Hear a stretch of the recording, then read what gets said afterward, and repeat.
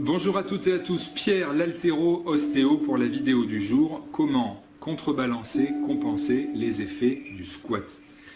Et oui, le squat, même si c'est le roi des exercices et que je vous recommande fortement de l'inclure régulièrement et intensément dans votre pratique sportive, le squat, comme tous les exercices, il n'est pas parfait et exercé de manière inappropriée, c'est-à-dire sans les bons exercices en face pour contrebalancer son effet, le squat peut vous exposer à des désagréments importants. Mais vous allez voir, c'est très simple, en écoutant bien cette vidéo et en suivant mes conseils à la lettre, vous allez réussir à normaliser les effets du squat. Quels sont-ils ces effets du squat? Déjà, d'un point de vue de la souplesse articulaire. Vous comprenez bien, quand vous me regardez, que quand vous êtes en position de squat complet, vous êtes en flexion de cheville, flexion de genou, flexion de hanche. Vous devez donc trouver une position, éventuellement à la fin de la séance, qui va normaliser ces articulations dans le sens opposé de l'extension. Pour la cheville, vous posez vos pieds à plat au sol, et pour les hanches, vous amenez la hanche en extension en posant les coudes au corps. Et si vous êtes plus souple que moi, vous aurez les genoux qui toucheront aussi. Sinon, c'est pas grave, chacun fait en fonction de son niveau. Voilà déjà simplement, à la fin de votre séance de squat, comment normaliser l'effet sur les articulations. Maintenant, la dissymétrie sur le développement de la force pendant le squat. Le squat, c'est le king pour travailler les quadriceps et les fessiers. Mais il est un peu moins performant, un peu moins intense pour les mollets et les ischios. Ça tombe bien, pour ça, j'ai fait 2 vidéos. Dans la première, qui s'appelle le squat haltéro crossfit, vous allez comprendre comment travailler les mollets pendant le squat, c'est-à-dire simplement terminer en extension de mollets à chaque fois que vous remontez au squat. La vidéo vous expliquera tout. La deuxième vidéo, c'est le soulevé de terre jambes tendues. En faisant cet exercice, vous renforcerez à la fois la force des ischios, mais aussi leur souplesse. C'est un 2 en 1 comme le shampoing. Et vraiment, allez voir cette vidéo, elle est exhaustive et vous comprendrez tous les avantages de cet exercice, comment le réaliser.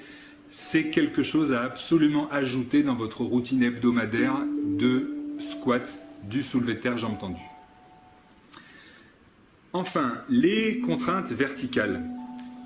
Vous comprenez bien que votre colonne, qui reçoit la barre lourdement chargée sur vos épaules, quand vous faites votre squat, que vous montez et que vous descendez, c'est elle qui transmet la charge dans le bassin. Elle reçoit une contrainte verticale importante.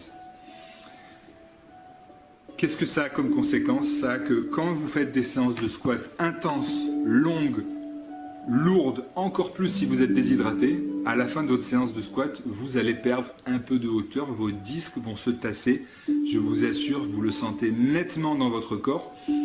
Et pour ça, c'est très simple, pour annuler ces effets-là, vous vous suspendez à la barre fixe. Et vous laissez le poids de votre corps étirer tout doucement, tracter votre colonne dans l'axe long. Vous verrez, ça fait un bien fou parce qu'après un squat lourd, une grosse séance de squat lourd, on se sent un peu engoncé, raide dans la colonne.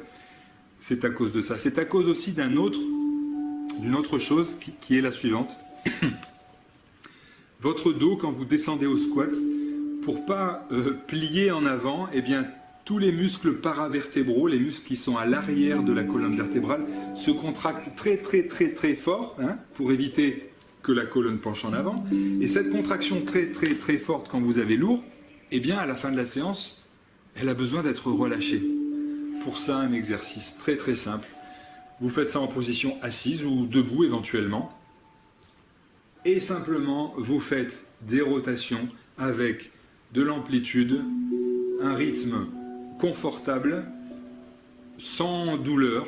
Vous cherchez vraiment le confort et ça va suffire, en faisant bouger les vertèbres les unes par rapport aux autres, à relâcher ces petits muscles qui ont besoin de comprendre que ça y est, c'est fini, le squat lourd est fini. On peut se détendre. Et enfin, la hanche, elle aussi en cas de squat lourd, elle a subi des contraintes de compression fortes. Vous pouvez sentir quand vous vous redressez après votre séance de squat, vous avez un peu du mal à marcher, que la hanche a du mal à faire extension.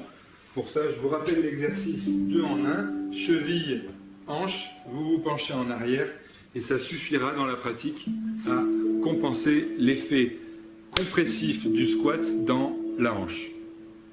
Est-ce que j'oublie quelque chose? Oui, dernier petit détail. Le squat, c'est très bien d'un point de vue vertical. Ça travaille la poussée du sol, la capacité du corps à monter vers le plafond, à sauter, à s'élever. Mais ça ne travaille pas du tout la force ou l'intelligence dans les mouvements latéraux. Et pour ça, je vous conseille, sauf si vous faites un autre sport qui travaille ça, du basket, un sport collectif, que sais-je.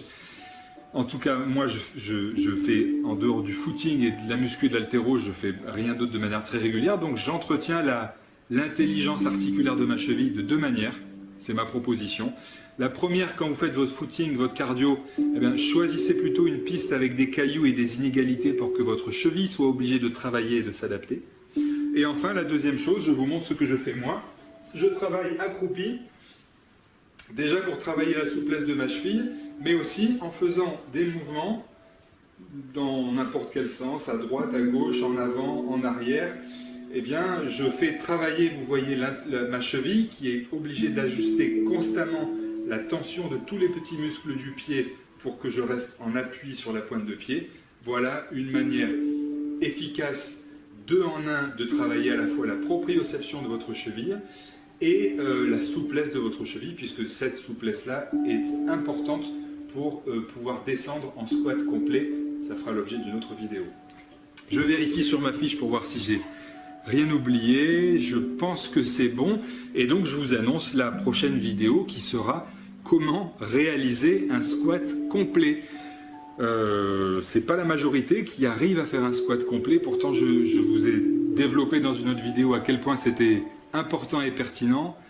Voilà, il ne vous reste plus qu'à squatter, faire les exercices que je vous ai montrés pour annuler les effets délétères du squat. Et une fois que vous aurez fait ça, je suis sûr, vous verrez la différence. Vous sortirez plus engoncé, coincé et raidi par le squat. Vous sortirez juste fatigué, mais souple et redressé. Vous sentirez vraiment, même au niveau psychologique, une différence. Vous subirez plus le squat, mais vous en retrouverez vraiment les effets bénéfiques et vertueux. J'ai hâte d'avoir vos commentaires et vos retours et vos questions. Merci et à bientôt.